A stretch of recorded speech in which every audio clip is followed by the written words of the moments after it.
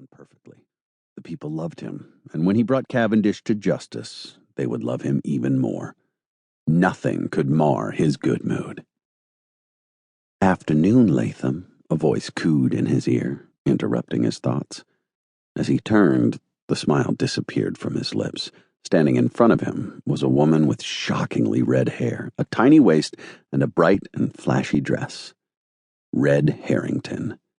It made Cole uncomfortable just to be seen talking to such an improper lady, but she clearly didn't care. "Just wanted to let you know how grateful I am for the chance to see that animal hang," the woman went on.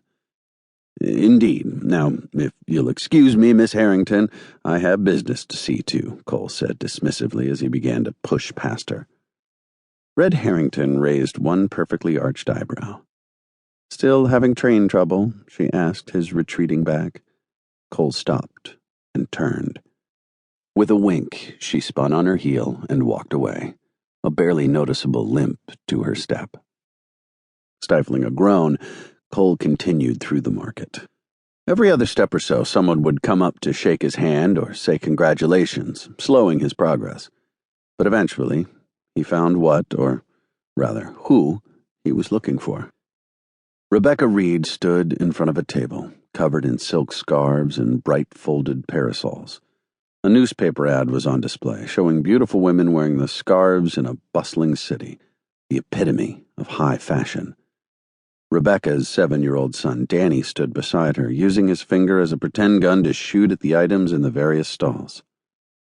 Picking up a stunning blue scarf, Rebecca held it to her chest, admiring the soft texture and vivid color. Kai, a small Chinese woman who worked at the stall, smiled and held up a mirror. Gazing at her reflection, Rebecca smiled. For a moment, she actually felt beautiful. Suddenly, Kai put down the mirror.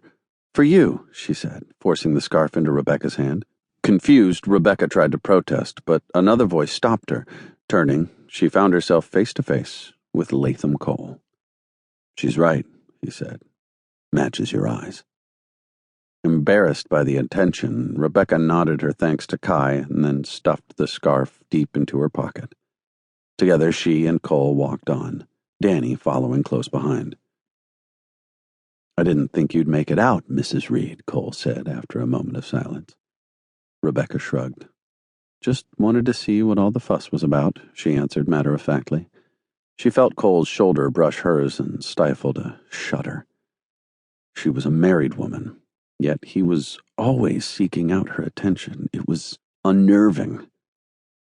"And what do you think of our endeavor?" Cole went on, apparently oblivious. "Looks to me like a lot of men digging in the desert," she replied. Cole didn't reply. Instead, he turned to Danny. "Ever had a Blue Point oyster?" The young boy shook his head. "One day soon, you'll be able to get on a train right here in Colby, ride it all the way to San Francisco, eating New York oysters packed in ice. Sail on to China and come back around the other side if you want to." "That true, Mama?" Danny asked, his eyes wide. "I'll believe it when I see it," Rebecca replied warily.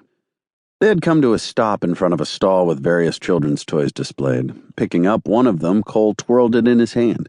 Dropping a coin on the table, he handed the toy to Danny, who eagerly grabbed it. "I expect on a lawman's salary, a lot must fall on you," Cole said, looking at Rebecca. Taking the toy out of Danny's hand, she placed it back on the table. "We do just fine, thank you," she replied icily. True, being on the farm all by herself while her husband and his men roamed the wilds wasn't easy, but it did no good to dwell on it. It was her life. Hardship and all. And it was the sacrifice she made when she married Dan Reid, Texas Ranger. Cole seemed to sense that he had pushed Rebecca hard enough. "I meant no disrespect," he said, holding his hands up apologetically. "They don't make men like your husband anymore. Kind that settled this country. Fact is, I envy him. A fine family, a boy to carry his name." He paused, his eyes lingering on Rebecca for a moment too long. "I just hate to see a bird in a cage." Tipping his hat, Cole turned and walked away. Behind him, Rebecca watched him go, her eyes narrowed. The man gave her the willies.